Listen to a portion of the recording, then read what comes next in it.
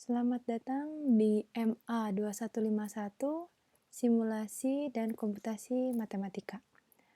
Pada kuliah hari ini kita akan membahas subbab 5.2 mengenai galat komputasi. Pada subbab ini kita akan mempelajari berbagai jenis galat komputasi, yaitu kesalahan-kesalahan yang bisa terjadi ketika kita sedang melakukan komputasi. Biasanya kesalahan-kesalahan tersebut bisa terjadi ketika kita sedang mengumpulkan sampel atau data dan data-data ini sebenarnya masih terbilang kurang akurat. Nah, akurasi inilah yang akan kita analisis bagaimana dampaknya ya. Nah, kesalahan data ini dapat kita gunakan sebagai dasar pembuatan model maupun untuk memverifikasi model yang telah kita buat. Tapi terdapat berbagai sumber terjadinya kesalahan dalam pengumpulan data. Contohnya misalkan kita memiliki sensor ya, dan sensor yang mengalami malfungsi bisa memberikan data yang tidak valid. Keakuratan sensor tidak cukup baik untuk sebuah model. Kemudian alat pengukur yang tidak dikalibrasi. Kemudian ada kesalahan pembacaan hasil pengukuran dan kesalahan pencatatan hasil pengukuran. Nah, ini adalah contoh-contoh yang dapat terjadi ketika sedang melakukan komputasi dalam pengumpulan data. Adapun kesalahan yang terjadi adalah ketika kita melakukan pemodelan. Peneliti dapat melakukan kesalahan dalam memformulasikan suatu model. Contohnya ketika kita membuat asumsi yang sangat sederhana. Itu pun bisa membuat suatu kesalahan pada model. Kemudian ada kesalahan penentuan persamaan atau pertidaksamaan. Kemudian bisa juga terjadi tidak memahami faktor penting dalam fenomena yang dimodelkan. Sehingga kesalahan-kesalahan ini menyebabkan terjadinya kesalahan model pada simulasi. Salah satu contoh yang dapat saya sampaikan pada kesempatan ini yaitu dari kejadian kejadian tahun 1999, sebuah pesawat luar angkasa Mars Climate Orbiter hilang karena Lockheed Martin Corporation membangun badan pesawat dan memprogram sistem pengontrol badan pesawat dengan menggunakan satuan Inggris. Pada satuan Inggris ini kita mengenal ada yang namanya pound dan juga feet ya atau kaki. Sementara jet pendorong yang diproduksi oleh NASA dibangun dengan menggunakan satuan metrik seperti Newton dan meter. Jadi perbedaan dari satuan-satuan ini ternyata bisa menyebabkan hal yang cukup besar, yaitu dia menghilang di atmosfer Mars dan ditemukan memang sudah meledak dalam kondisi sudah meledak untuk si orbiter ini.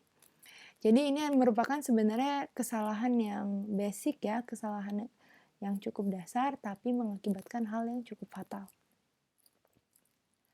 Nah, sekarang kita masuk ke konsep untuk menghitung galatnya ya. Jadi pertama kita kenalan dulu yang dengan bilangan floating point dan juga notasi eksponensial. Bilangan yang kita kenal sebagai bilangan real ini biasa disebut sebagai floating point dan diekspresikan dengan ekspansi desimal.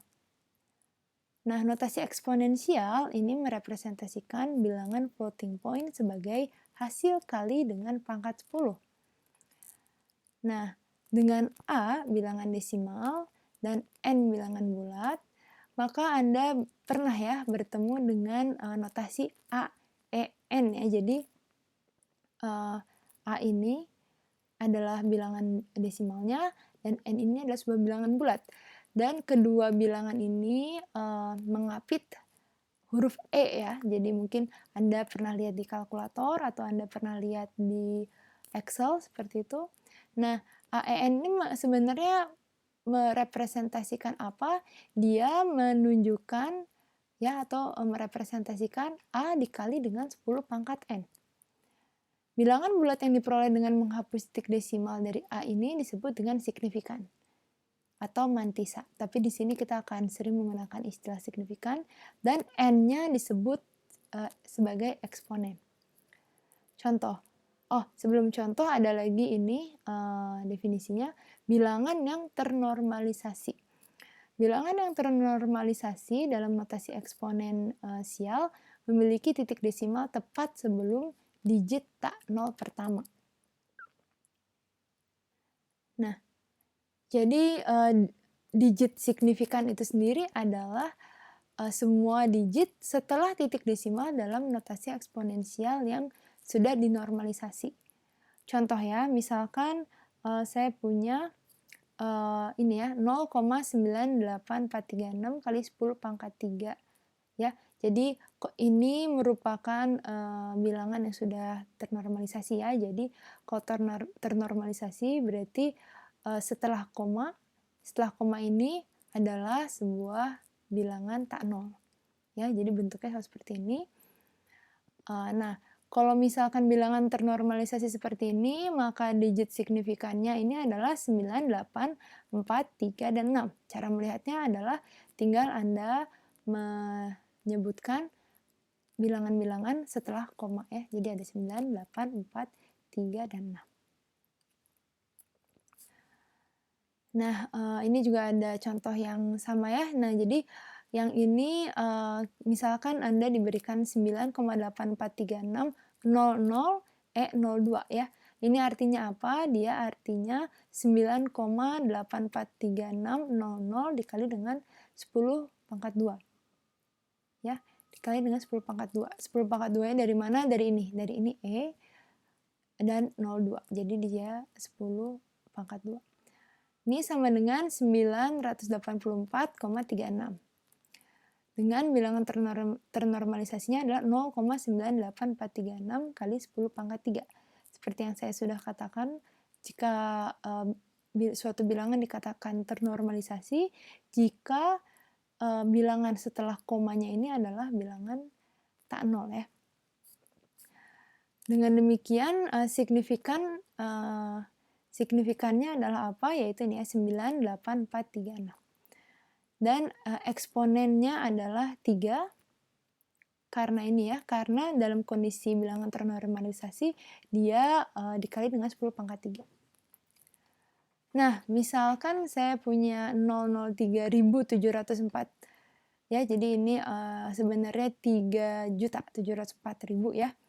Tapi dituliskan seperti ini.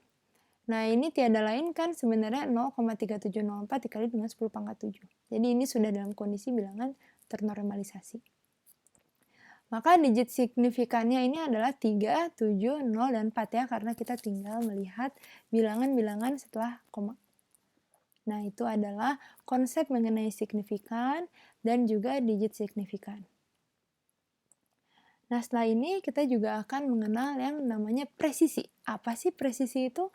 Presisi dari suatu bilangan adalah banyaknya digit signifikan pada saat bilangan diekspresikan dalam notasi eksponensial ternormalisasi.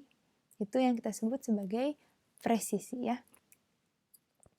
Magnitude dari suatu bilangan adalah bilangan 10 pangkat n-nya pada saat bilangan diekspresikan dalam notasi eksponensial ternormalisasi. Jadi harus diingat bahwa kita bisa menyebut atau bisa menuliskan bilangan presisi dan juga magnitude ketika suatu bilangan sudah Anda konversikan menjadi bentuk ternormalisasi. Contoh misalkan saya punya 0,3704 kali 10 pangkat 7, maka presisinya adalah 4. Kenapa? Karena di sini bilangannya dia berhenti sampai 4 ya, 4 bilangan. Dan kondisi ini sudah dalam kondisi ternormalisasi. Magnitude-nya sendiri adalah 10 pangkat 7 ya, bisa dilihat dari sini. Adalah 10 pangkat 7.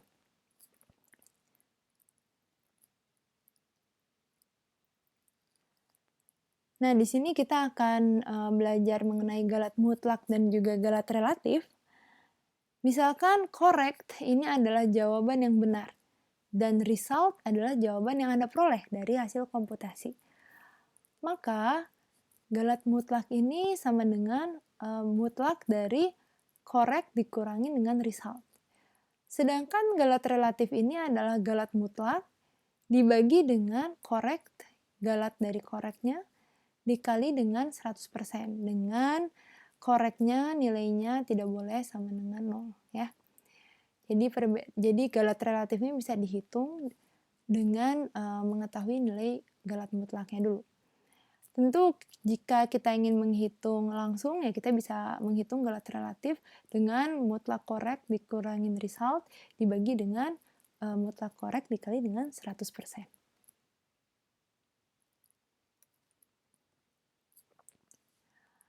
Misalkan suatu komputer memiliki presisi 3 dan akan melakukan pemotongan signifikan ke hanya 3 digit. Nah, pertanyaannya, hitung 0,356 dikali dengan 10 pangkat 8 dikali dengan 0,228 kali 10 pangkat min 3 pada komputer tersebut. Nah, jadi kita akan menghitung kedua bilangan ini pada komputer dengan kondisi dia memiliki presisi 3 dan akan melakukan pemotongan signifikan ke hanya 3 digit ya. Pertama, pandang kedua bilangan tersebut. Nah, kalau misalkan dikali, kita akan mendapatkan hasilnya adalah ini ya. Kemudian kita normalisasi. Kalau kita normalisasi, berarti kondisinya harus setelah komanya ini adalah bilangan tak 0. Maka geser, maka kita punya 0,81168 kali 10 pangkat 4. Dan ini adalah nilai koreknya. Tapi presisinya ini adalah 3, maka kita melakukan pemotongan ya. Kita melakukan pemotongan, nah di sini resultnya adalah 0,811 kali 10 pangkat 4. Jadi dipotong sampai di 3 digit, nah di sini ya, berarti kita punya ini. Ini adalah si resultnya. Maka galat mutlaknya adalah correct dikurangi dengan result. Ya, nilai mutlak dari correct dikurangi dengan result. Maka kita punya, hitung-hitung kita punya di sini adalah 6,8. Itu adalah galat mutlak dari hasil di atas. Kemudian untuk menghitung galat relatif, maka tinggal galat mutlak dibagi dengan mutlak dari koreknya. Maka kita punya hasilnya adalah 0,08378% ya. Jadi biasanya kalau galat relatif bisa kita tulis dalam bentuk persentase.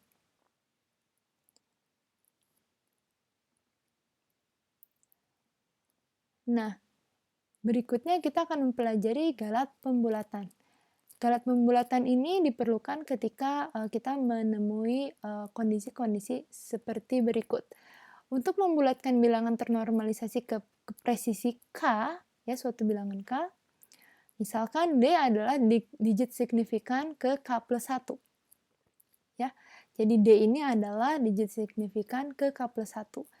Ingat kita ingin membulatkan bilangan ternormalisasi ke presisi K. Dan D-nya adalah digit ke K plus 1. Jika D-nya ini kurang dari 5, maka bulatkan digit D-1 atau nilai K-nya ke bawah. Atau digit ke K-nya ya, maksudnya ini ya, ke bawah. Jika D-nya ini lebih besar daripada 5, maka bulatkan digit D-1 atau digit ke K-nya ke atas ya, ke bilangan yang lebih besar. Untuk lebih mudah, contoh misalkan presisinya adalah 3, jadi di sini K-nya 3, kita punya bilangan ternormalisasinya adalah 0,81168 kali 10 pangkat 4 ya. Dan 0,81158 kali 10 pangkat 4. Contoh ya. Nah, kedua bilangan ini akan dibulatkan ke atas. Kenapa?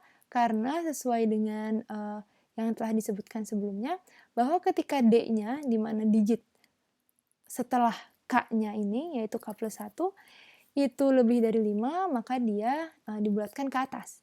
Nah, jadi di sini digit kekanya yang adalah 1 akan berubah jadi 2. Di sini juga karena 5, jadi dia akan dibulatkan ke atas juga. Mohon maaf, ini harusnya ada sama dengan ya di sini ya. Jika D lebih besar sama dengan 5. Berikutnya, ketika kita memiliki bilangan seperti ini, kita lihat K plus 1-nya adalah 3, ya, dia kurang dari 5, maka kita bulatkan si digit kekanya ke bawah, atau dalam hal ini yang dimaksud adalah sama ya. Sama dengan bilangan tersebut.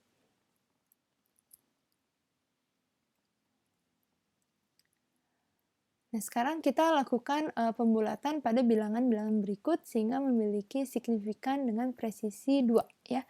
Jadi di sini kita lihat bahwa ada 3 bilangan ya. Nah, ketiga bilangan ini mirip tapi tidak mirip, dia berbeda pada digit ketiga ya setelah titik desimalnya. Ada 7, 4, dan 5. Nah, silahkan Anda pikirkan kira-kira ketika kita ingin melakukan pembulatan ya dengan presisi 2, maka apa yang akan menjadi bilangan dari hasil pembulatan tersebut ya.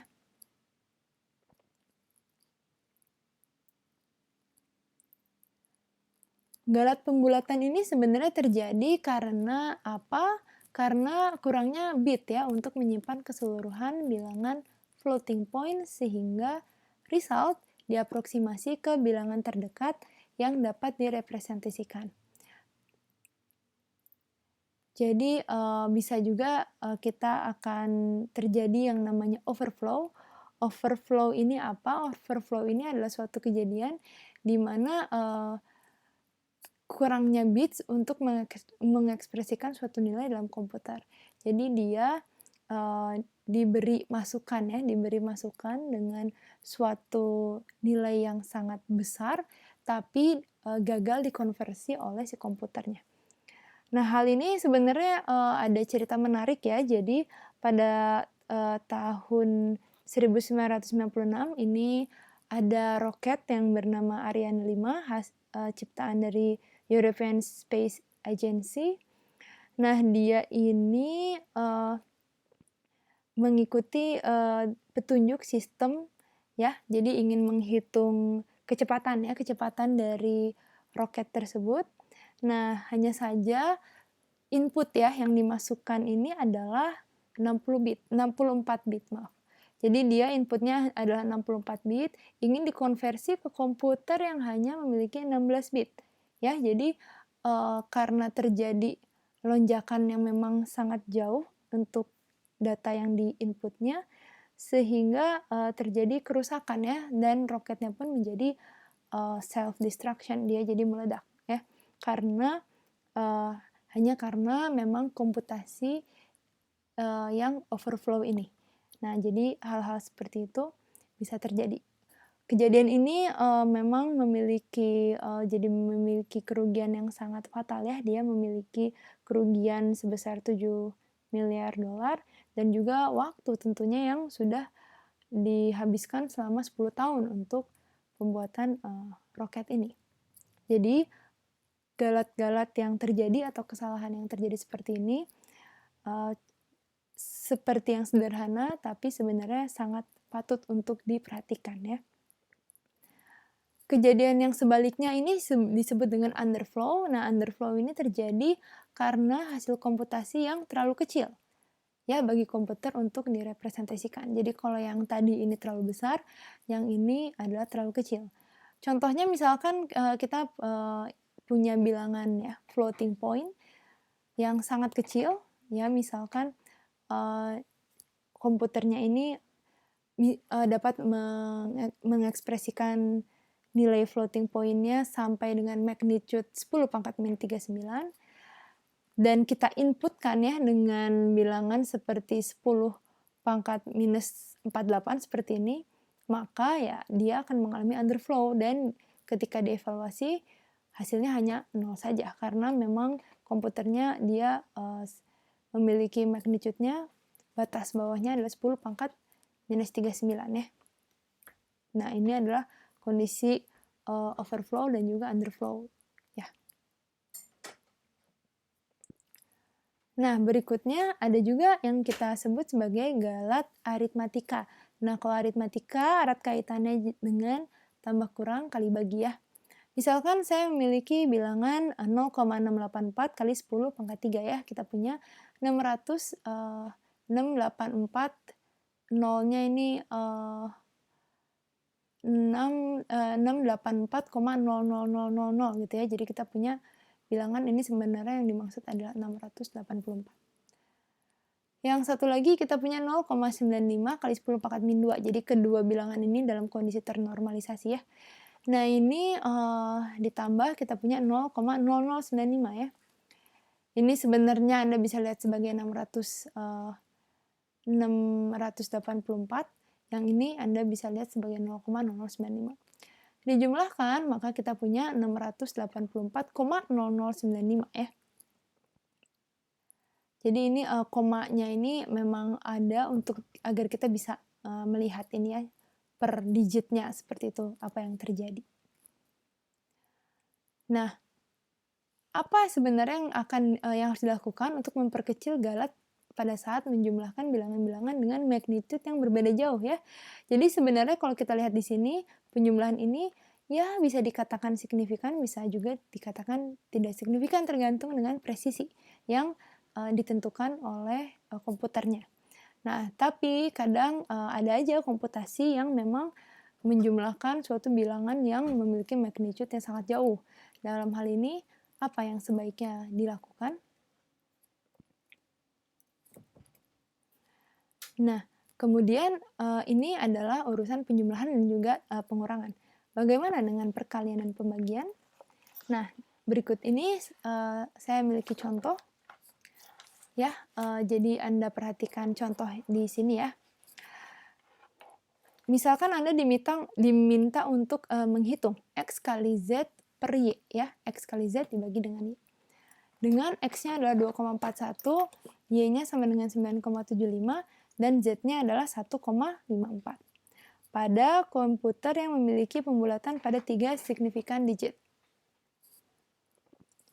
Sekarang kita akan menghitung yang pertama adalah X kali Y per Z. Jadi X per Y-nya dulu, baru dikali dengan Z. Nah, X per Y kali Z ini berarti kita akan menghitung X per Y-nya dulu, baru kemudian dikali dengan Z. Ini juga jika kita lihat ya, X Z per Y ini juga kita bisa saja sebenarnya menghitung X kali Z dulu, kemudian kita bagi Y ya. Cuman di sini kita coba dulu dengan langkah yang ini. Kita perhatikan bahwa X per Y ini hasilnya adalah 0,247179 ya. Mengalami pembulatan pada 3 signifikan digit, kita punya 0,247. Sehingga dikali oleh Z, maka kita dapat 0,380 ya.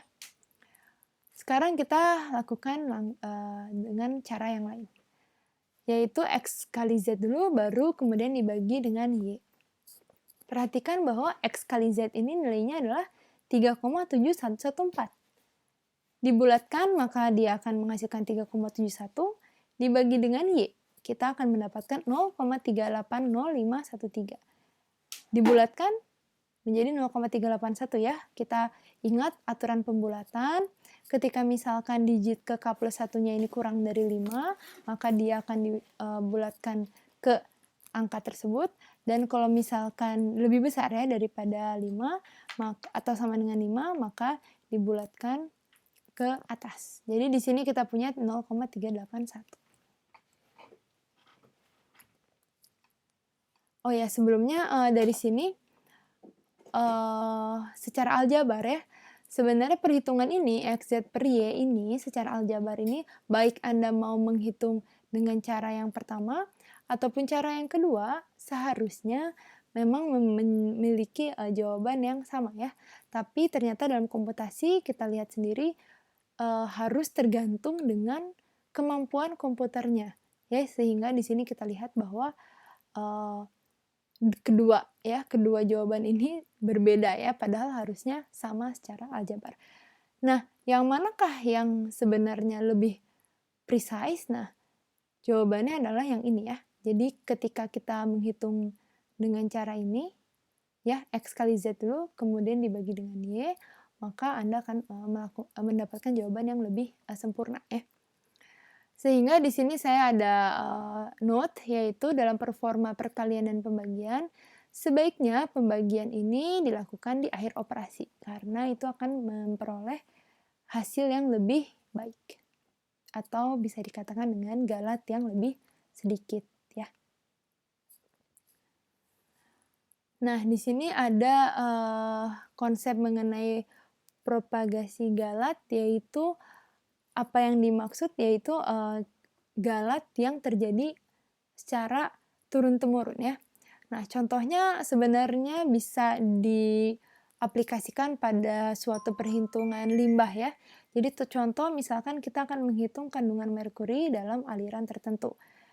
Dan waktu mulainya adalah 0 detik, detik ke 0, lalu waktu akhirnya adalah detik ke 600.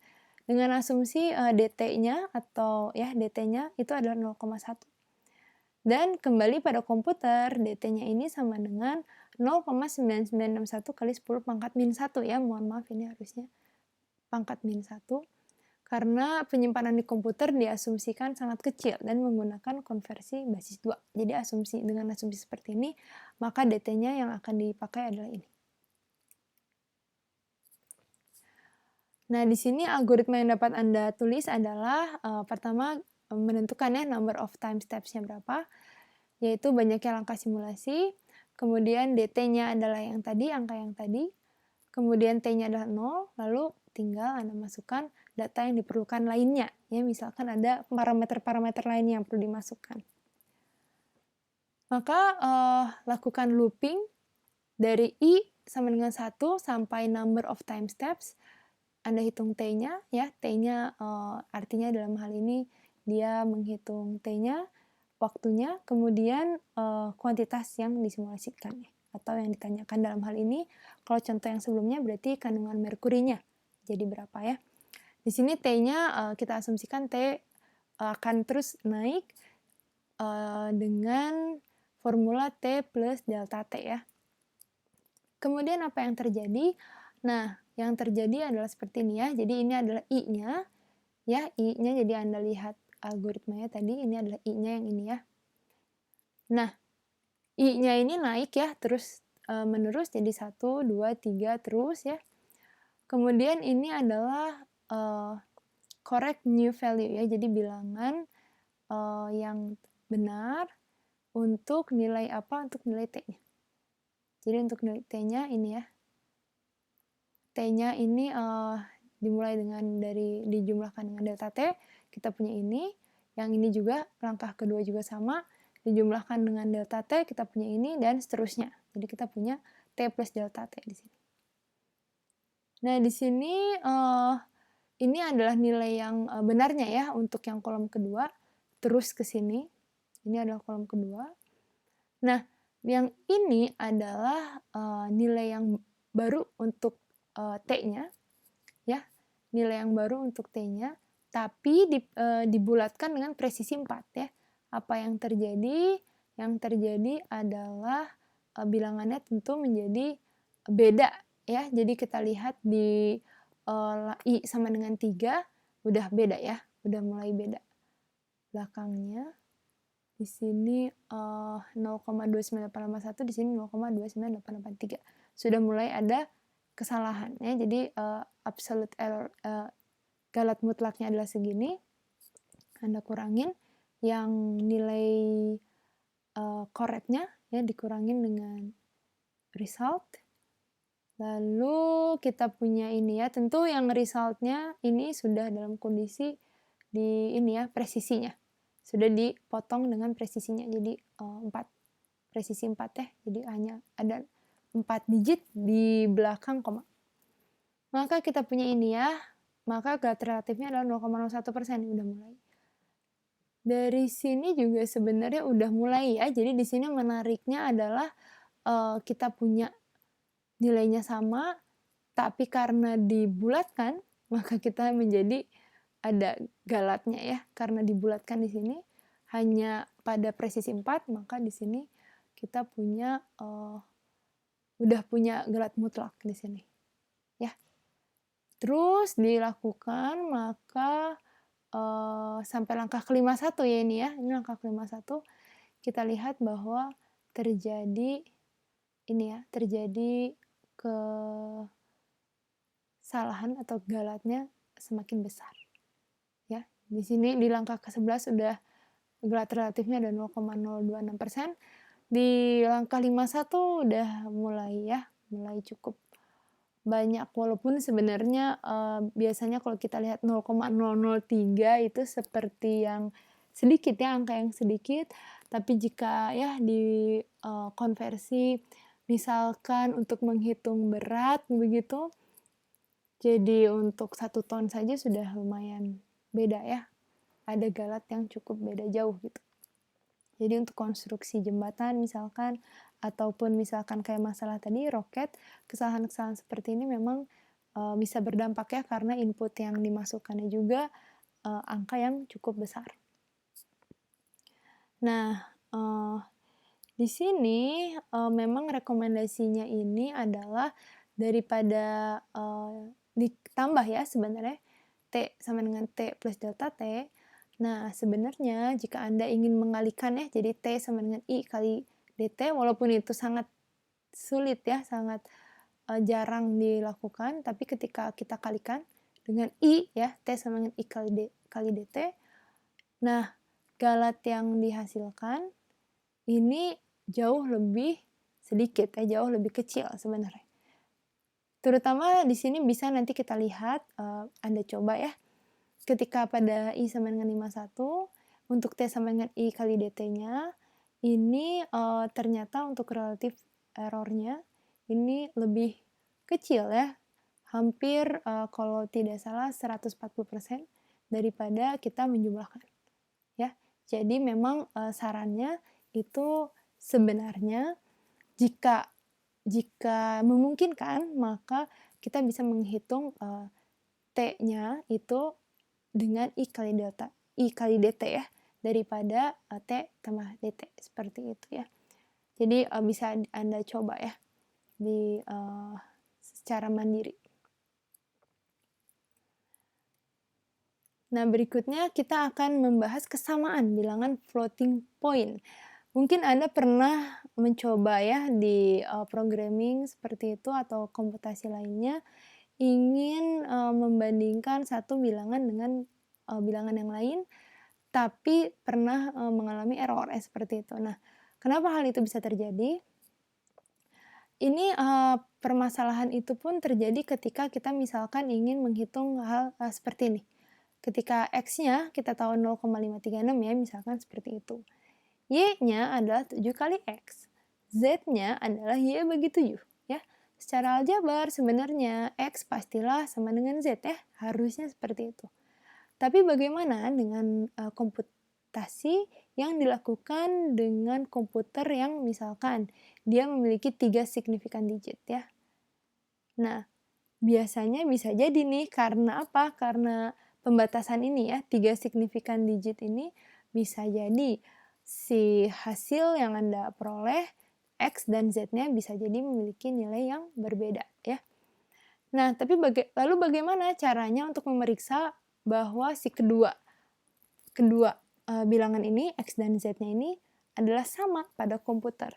Maka Anda bisa menggunakan cara X min Z ya, mutlaknya ini haruslah kurang dari C. Dengan C-nya adalah suatu nilai konstanta yang sangat kecil ya, contohnya misalkan 0,00001 seperti itu.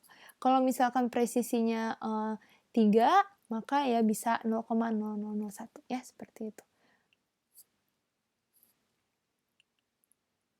Contohnya misalkan ya, ada contoh lagi. Misalkan saya memiliki bilangan 0,6 ya. 0,6 pada basis 10, di mana ini bisa saja dikonversi pada basis 2 sebagai 0,001 1001, 1001, 1001 terus gitu ya. Jadi si 1001 ini, angka 1001 ini akan berulang ya. Jadi saya tulis pakai garis bawah, ini artinya 1001-nya itu selalu berulang. Jadi ini sama dengannya ini yang dimaksud di sini adalah bisa dikonversi ya, bukan sama dengan eksak sama dengan, tapi dia dikonversi menjadi 0,1001, 1001, 101 terus dan berulang terus. Pada komputer yang akan melakukan pemotongan pada 20 bit ya, akan tersimpan ya berarti apa? 0,1001 terus sampai bilangan ini adalah 20 ya, jumlahnya 20.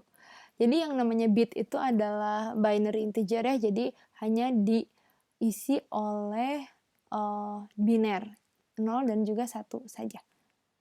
Nah, sayangnya si 0,1 ini ya, yang 20 bit ini, dia ekivalennya dengan bilangan ini pada basis 10. Ya, dimana kita lihat bahwa bilangan ini tentu bukan 0,6 ya, berbeda. Jadi kalau misalkan 0,6 yang ini bisa ekivalen ya pada basis 2 ini sebagai 0,1001 yang terjadi pengulangan secara tak hingga ya 1001-nya, tapi karena dilakukan pemotongan, maka haruslah bilangan di belakang komanya ini harus 20. Tapi hal ini mengakibatkan nilai di basis 10-nya tidak 0,6 ya.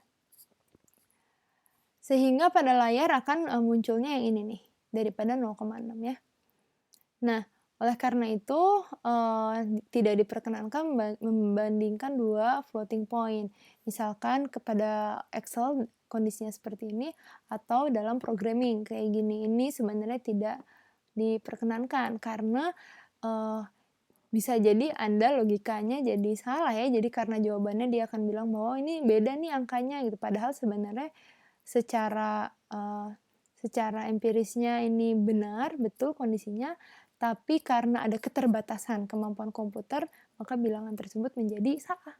Dan itu harus dihindari ya. Jadi tidak diperkenankan untuk mencoba-coba hal seperti ini, terutama untuk bilangan-bilangan yang memiliki nilai ini ya, nilai signifikan digitnya ini sangat banyak, ataupun bilangan yang memang sangat besar ya. Nah, itu sebaiknya dihindari. Nah, ada juga gelat pemotongan dalam deret ya. Jadi di sini pada deret, galat pemotongan ini adalah galat yang terjadi ketika melakukan pemotongan deret pada deret tak hingga. Contoh deret yang kita ketahui yaitu deret pangkat X ya. Pangkat X ini sama dengan 1 tambah X kuadrat bagi 1 kali 2 ya, 2 faktorial dan seterusnya ya. Kita bisa lihat ini pada suku ke N-nya adalah X pangkat N per N faktorial ya. Ketika X-nya sama dengan 1, apa yang Anda dapat? Anda masukkan X-nya sama dengan 1, maka kita dapat ini ya. Kita dapat ini. Maka ini bisa kita hampiri ya, kita hampiri dengan dipotong ya, dipotong pada suku ke 20 ya, suku ke 20-nya ini. Maka kita punya 1 tambah 1 ya, tambah terus sampai sini ya. Dimana ini ketika dihitung ya nilainya sama dengan ini ya, nilainya sama dengan ini. Nah, berarti galat pemotongannya berapa? Nah, galat pemotongannya berarti setelah ini ya, 1 per 21 faktorial tambah 1 per 22 faktorial terus sampai dianggap sebagai tak hingga. Lalu kita bisa menghitung bahwa nilainya akan menghampiri nilai 2,05 kali 10 pangkat minus 20. Itu yang kita sebut sebagai galat pemotongan pada suatu deret tak hingga.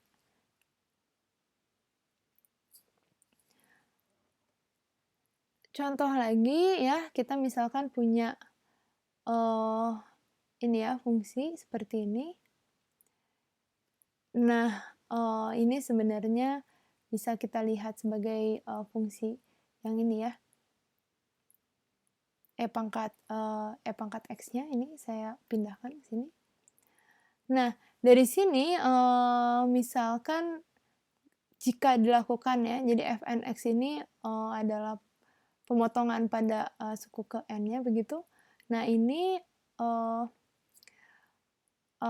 saya punya suku ke untuk f1x-nya adalah 1 plus x ya. Jadi n-nya ini adalah menunjukkan ini ya. Jadi misalkan ini adalah suku ke 0, 1, 2, 3 dan seterusnya. Nah ini 1 plus x jadi kita punyanya adalah 1 plus x. Kalau f2x berarti kita punyanya sampai suku kedua ya. Kita punya ini. Nah yang kemudian yang f3x berarti kita punya yang ini, f4x kita punya yang ini ya. Nah di sini pada grafik ini ketika kita memiliki e pangkat x ini adalah yang warna biru ya. Nah yang warna biru nih. Jadi jika kita bandingkan untuk yang f1x ini ya tiada lain adalah si garis ini ya. Nah ini. Kemudian f2x ini sudah mulai ini. Ya. Ada yang ini. Jadi semakin tinggi nilai n-nya maka si grafiknya itu akan mendekati ya, akan mendekati si e pangkat x-nya itu sendiri. Nah jadi di situ kita lihat bahwa ada galat ya, ada galat yang terjadi antara pemotongan, antara tergantung dari galat pemotongan atau pemotongan deret yang sudah diberikan. Seperti itu ya. Jadi begitulah cara kita untuk melihat ya, melihat galat atau kesalahan dan cara untuk menghitung kesalahan yang kemungkinan terjadi pada saat kita melakukan komputasi.